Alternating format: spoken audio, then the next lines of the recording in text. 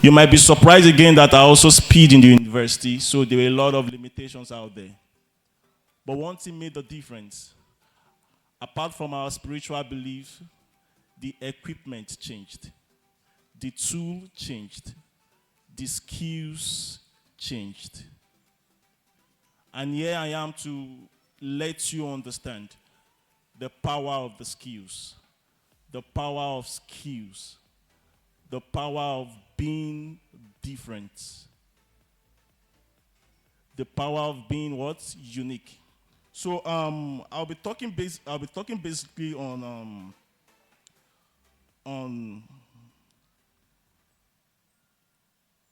breaking into tech without a degree, the strategy, the skills, and smart positioning for students. So apart from just having your knowledge as whatsoever course you studied, you must be very sure that even as you journey through the phase of life, you must be recognized for one thing, apart from your course of study.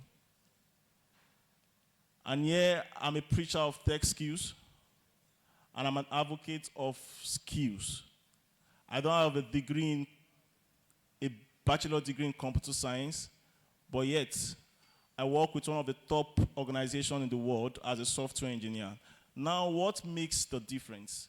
I had a degree in biochemistry, but yet, I compete with people who have MSc, PhD, and even BSc in computer science. So what actually is the difference is the skills. So yeah, I'll be sharing you guys the insights to break into the tech world. Into the tech world, the tech actually does not need your degree. It actually does not need your background. All it needs is your ability to sit down, learn the language of the system, and communicate with the system. It sounds so easy, right? Right? It sounds so easy, right? Right? Okay. All right, on my first slide, I wrote here that today, I want us to understand that breaking into the tech skills, tech world at large, does not necessarily mean that you need to be a bachelor degree of anything related to tech. But one thing is very sure is that you must be a master of one particular language, stack, knowledge. Of course, we all know that the tech skills is divided into different spheres. We have the cybersecurity, we have the project management, we have the back-end engineering, we have the front-end engineering, we have the machine learning, we have the cybersecurity and all. But today I want you to make a decision that even as you step out of this room, you are deciding to choose one. Even aside the course you are studying, you are deciding to choose just one. I wrote here, why tech is the greatest equalizer. Now we need to understand that the tech skills will always be in high demand. No matter what, it will always be in high demand. How interesting is it when companies reach out to you around the world, from the European region, from the Asian region, from any part of the world, and you tell them that, I'm sorry, I don't want to work with you guys. Do you know how interesting that stuff is? I believe you want to be highly sorted after. Then you must decide today what part of tech skills you want to master. So tech skills will always be a global equalizer because one, it is always high in demand. It is always remote friendly. And definitely it brings low entry barriers. Low entry barriers in the sense that irrespective of what you studied, irrespective of whatsoever your background is, probably you've gone into the arts department, into the commercial department, I've seen friends who studied law and actually currently work in Amazon, Google. I've seen friends who studied social sciences. They studied as low, as interesting course as Yoruba education, and they're actually doing very great as a software engineer. So one of my word of encouragement to you is,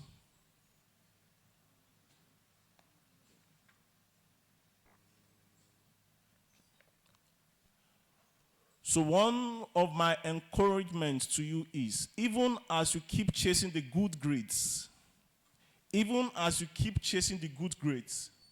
there is a way to crack the future. Aside your good grades, you need to also master a particular tech skills. Now, after you've mastered the tech skills, we can now start talking about how you can position yourself to actually benefit from these tech skills. There are people who are still students, who are actually still studying right from 100 level and are actually already benefiting from the tech skills around the globe. They are right in school and they are actually working remotely for great minds. And I think everyone here will be very much interested in such kind of stuff and not necessarily finishing from the university and start looking for job. You need to be very, very sure that, you need to be very certain here that I am yet to see an excellent person who has mastered his or her tech skills stranded. And I'm talking about hard tech skills here. Now, of course, we all know that there are different categories of tech skills. But I'm referring to the hard ones here, which are one, the cloud computing. Do you know I don't know if anyone knows about the cloud computing here. Do anyone know about cloud computing here?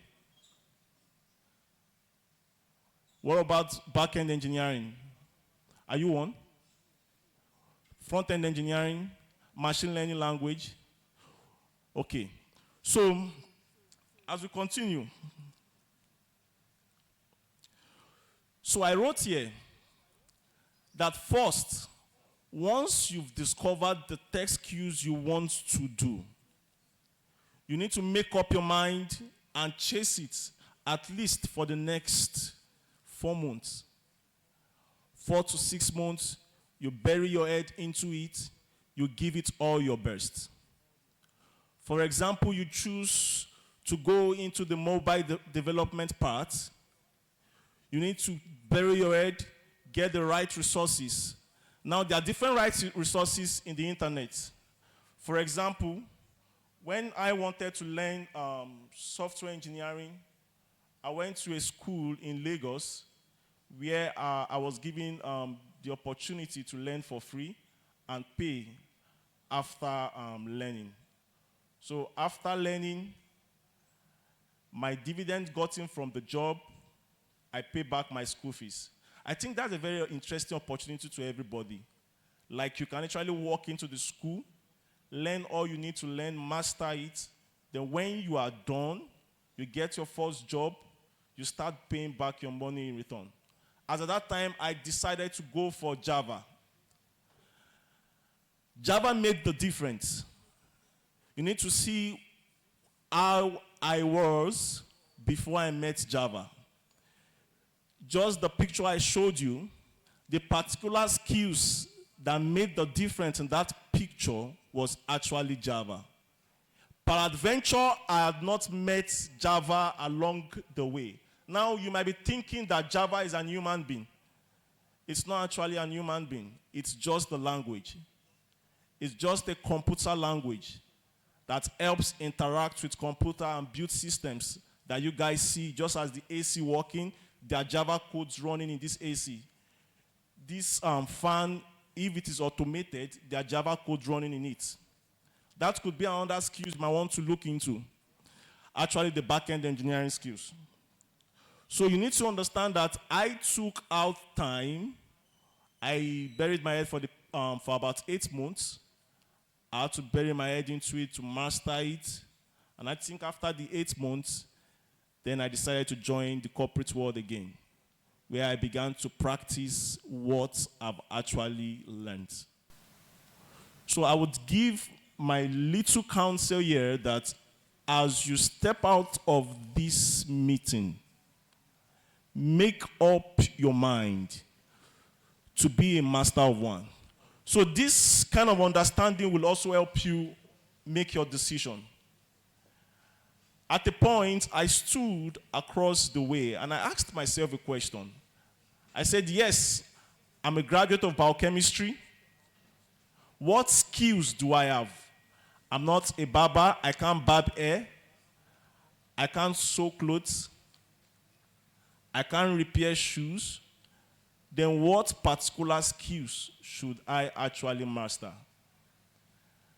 To cut the story short, I chose software engineering. I have friends who finished university, and after university, they started looking for great jobs. But these great jobs were not coming until they met with Java, until they met with these particular skills.